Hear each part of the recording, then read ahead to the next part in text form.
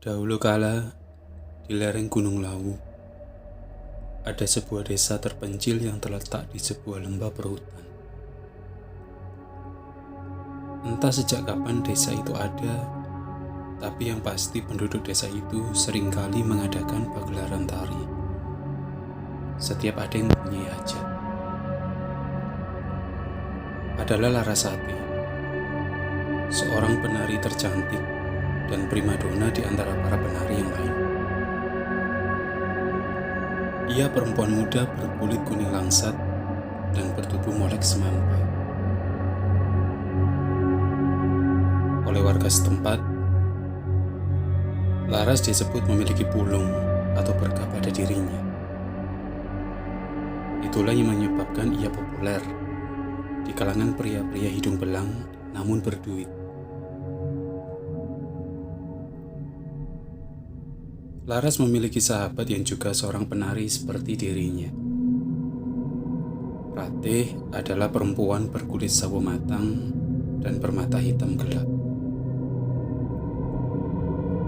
Dia adalah kekasih Galih, putra kepala desa.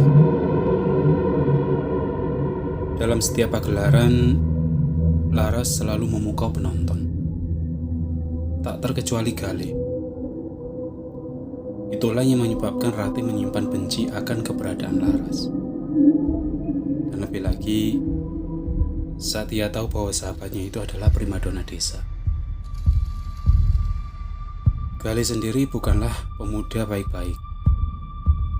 Malah secara sembunyi, ia sering menemui Laras dan keduanya banyak menghabiskan waktu di sebuah tempat di dalam hutan. Dan Ratih yang cemburu berniat untuk mencelakai sahabatnya itu. Nun jauh di puncak lereng, tinggallah Nyi Daria, seorang dukun jahat berilmu hitam. Ratih meminta kepadanya teluh yang sangat kuat untuk membunuh Laras. Dukun itu pun menyanggupinya. Dia lalu mengirimkan santet kepada sang primadona.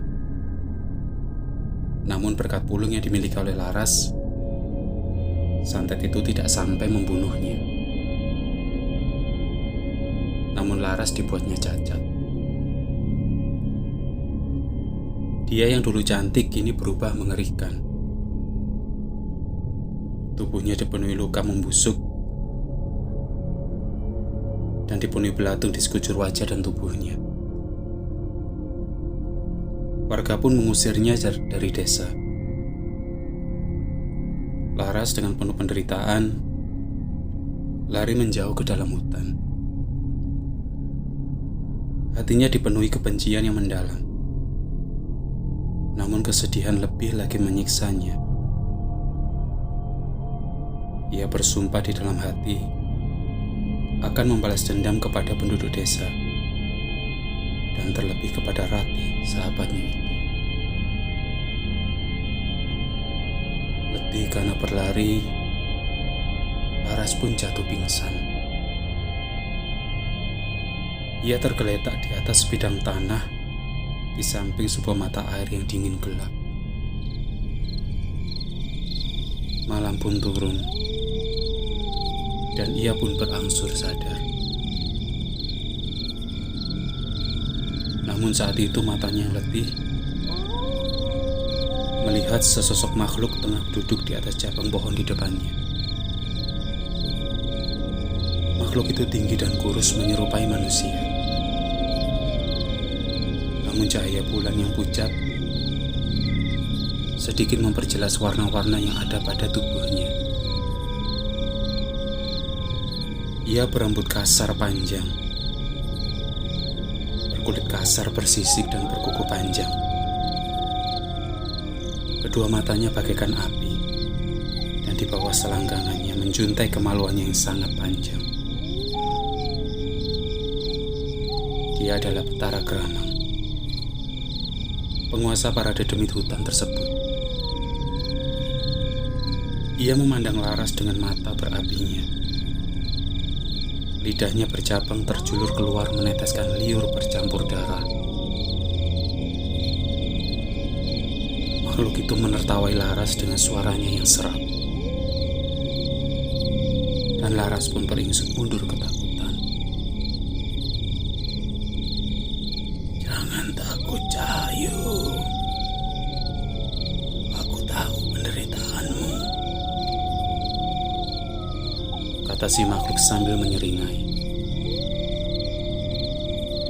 "Kau siapa? Jangan dekati aku," kata Laras ketakutan. Dan si makhluk itu pun kembali tertawa. "Akulah penguasa hutan ini. Seluruh dedemit di lereng laut berada di bawah kekuasaan. Namaku Betara Kerama." Bau busuk bercampur aroma darah menguar dari hawa tubuhnya. Laras merasa mual dan ia ingin muntah. "Aku bisa membantumu, Nduk. Kau ingin balas dendam?" Laras melihat sosok dedemit itu menghampirinya. Ia beringsut mundur hingga punggungnya menyandar pada sebatang pohon. "Kau bisa kembali cantik, asalkan kau bersedia kawin denganku." Dan lengan-lengan kasar itu pun merengkuh tubuhnya yang lemah. Laras menjerit saat lidah makhluk itu mulai menyapu seluruh wajah serta tubuhnya. Makhluk itu menyetubuhi Laras hingga bulan yang pucat di langit pun mulai lingsir ke barat. "Lihatlah dirimu, bercerminlah di sendang pengilon itu," kata si dedemit. Laras kemudian merangkak menjauh dari si makhluk. Darah mengalir dari sela-sela kakinya. Ia lalu melihat ke arah air kepada bayangan wajahnya. Samar-samar ia melihat serat wajah di antara riak air. Wajah itu bersih dan cantik luar biasa. Wajahnya sendiri. Seakan tak percaya, Laras pun menyentuh wajahnya itu. Dan ia pun tertawa kesenangan. Seakan lupa atas apa yang baru saja dialaminya, Laras bersusut sembah ke arah Betara Kerama seraya mengucapkan terima kasih. Namun si dedemit membalasnya dengan sebuah ikatan sumpah. "Kau akan kembali dipuja, asalkan kau bersumpah akan setia kepadaku. Dendammu akan terbalaskan. Namun kau harus menyediakan tumbal untukku. Bawalah kemari setiap orang yang ingin mentidurimu. Dan jangan pernah kau mengkhianatiku." Laras pun menyanggupinya. Alkisah, si penari itu pun kembali ke desanya.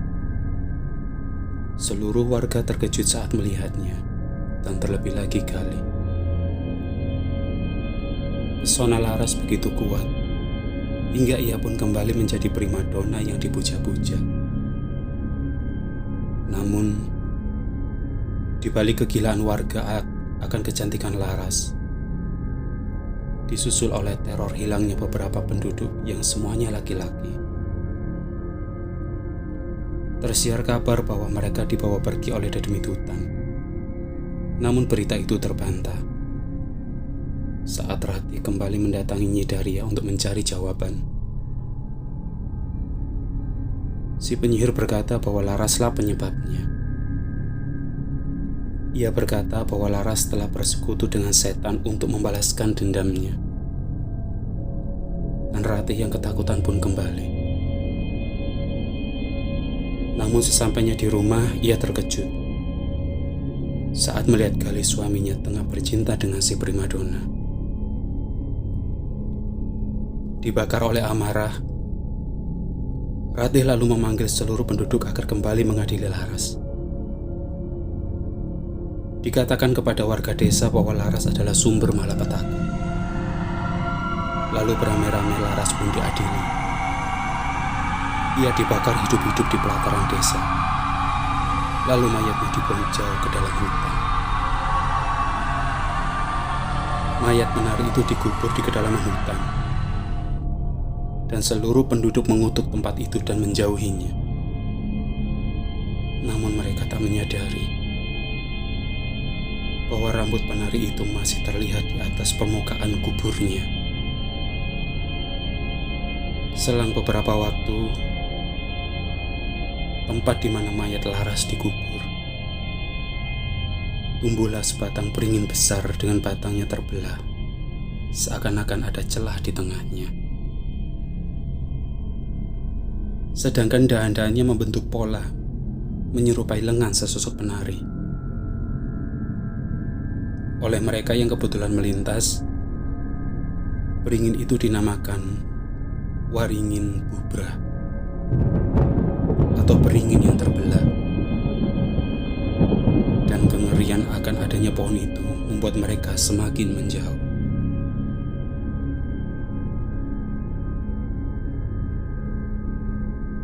Selang beberapa waktu setelah kematian si peneri desa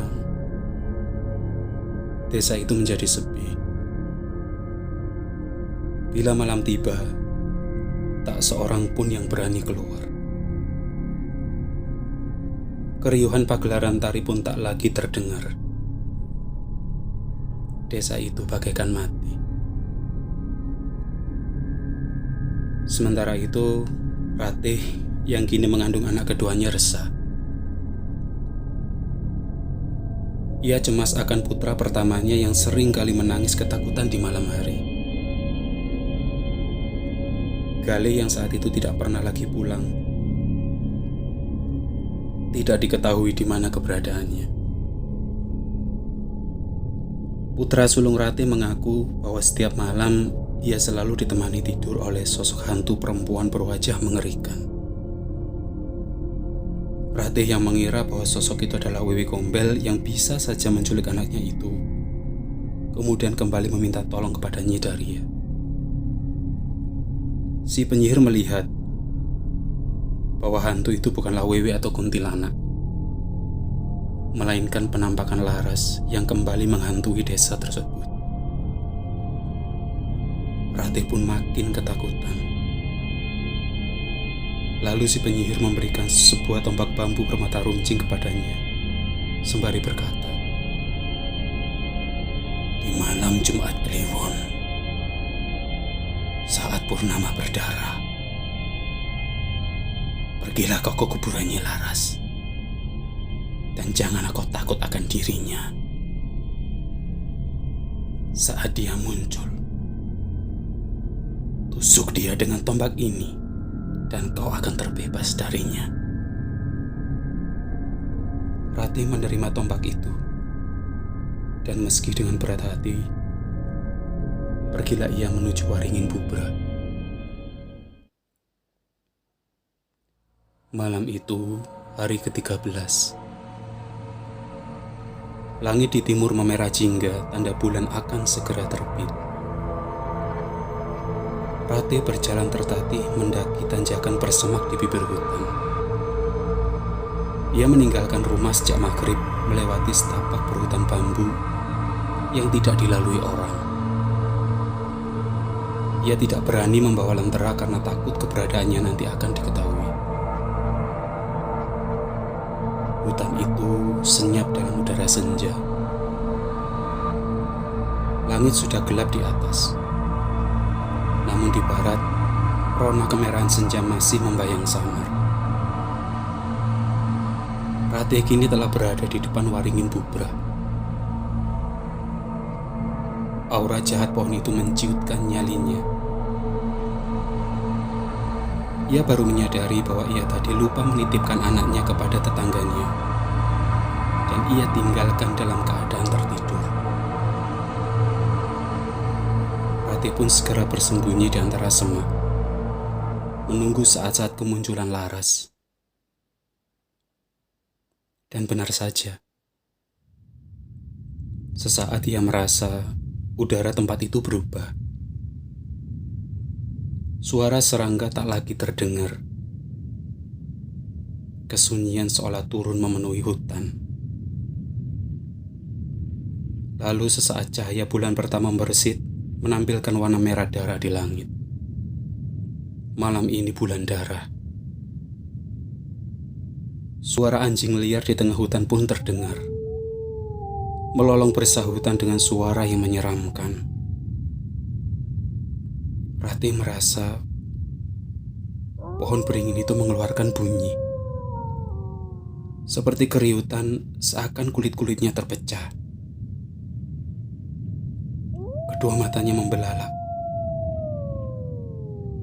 saat ia melihat sepasang lengan hitam panjang terjulur keluar dari celah di tengah pohon yang disusul oleh kemunculan kepala berambut panjang.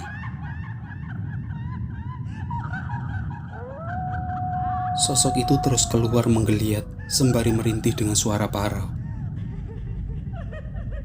Dan hantu itu kini berdiri tepat di depan pohon, sembari menggerakkan tubuhnya layaknya penari. Ratih gemetar ketakutan. Mulutnya ternganga ngeri melihat sosok hantu perempuan tersebut. Tiba-tiba ia terkejut saat melihat lengan-lengan lain mulai bermunculan. Dan tanah di sekitar beringin itu pun berubah menjadi kubangan lumpur darah dengan bau yang mengerikan. Mayat-mayat hidup bermunculan, menggerapai udara mencari pegangan. Rupanya mereka adalah para korban yang dulunya hilang. Suara-suara mereka terdengar sangat mengerikan, melolong bersahutan seperti melantunkan nyanyian. Dan hantu perempuan itu pun menari. Belum pulih Ratih dari ketakutannya, mendadak ia dikejutkan oleh kehadiran sosok yang lain. Ia melihat putra sulungnya berjalan menuju ke arah mayat-mayat itu. Anak itu berjalan dalam tidurnya, dan tangan busuk hantu laras itu pun menyambarnya. Dilanda ketakutan luar biasa, Ratih pun menjerit. Ia menghambur ke arah anaknya sembari memanggil namanya. Lupa akan tombak yang dibawanya, ia terus berlari. Dan kakinya pun tersangkut oleh tangan-tangan mayat hidup itu. Jeritan putus asa Ratih ditelan oleh riuh rendah suara mayat-mayat hidup itu, yang dengan ganas menggerogoti setiap bagian tubuh perempuan itu. Isi perut Ratih pun terburai, dan jabang bayi yang ada di dalamnya pun dimakan habis oleh mereka. Sementara itu, di atas bulan memerah, membara dalam gerhana. Tak ada yang tahu bagaimana nasib Ratih setelahnya.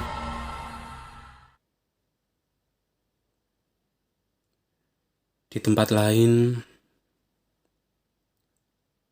terlihat Galih tengah berjalan pulang. Ia mabuk dan kehabisan uang. Sambil mengumpat kasar, ia menyusuri jalan menuju ke rumahnya. Namun di tengah niatnya untuk pulang ke rumah, mendadak telinganya menangkap suara yang sangat ia kenal. Bunyi alunan gamelan dan keriuhan pagelaran. Lalu ia melihat cahaya api obor-obor merona di atas dan di sela-sela kerimbunan pohon. Galih pun bergegas melangkah, dan inilah yang ia lihat.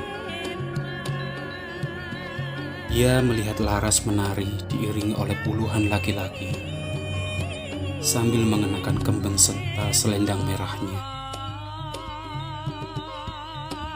Senyuman lebar terlihat di wajahnya yang ayu, dan sesekali kerlingan matanya mengarah kepada Galih. Tampak olehnya penonton berseru kegirangan. Dan sebelum ia menyadari, selendang merah penari itu telah melingkari lehernya. Perempuan itu menariknya ikut menari, dan Galih yang masih mabuk pun ikut meliukkan tubuhnya. Sampai suatu ketika, saat nafsunya menggelora, ia melihat keriuhan itu lenyap. Demikian pula dengan puluhan cahaya obor yang semula terlihat menyala. Segalanya menjadi gelap. Dan ia melihat di hadapannya yang kini tengah memeluknya sosok Laras dalam wujud mayat, menyeringai puas dalam senyuman setan di wajahnya yang mengerikan.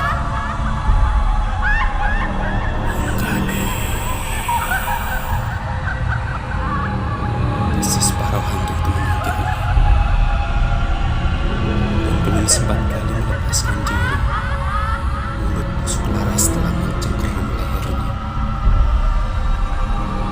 Teriakan Galih menyayup lalu lenyap, digantikan oleh lengkingan tawa setan Laras yang berhasil membalaskan dendamnya.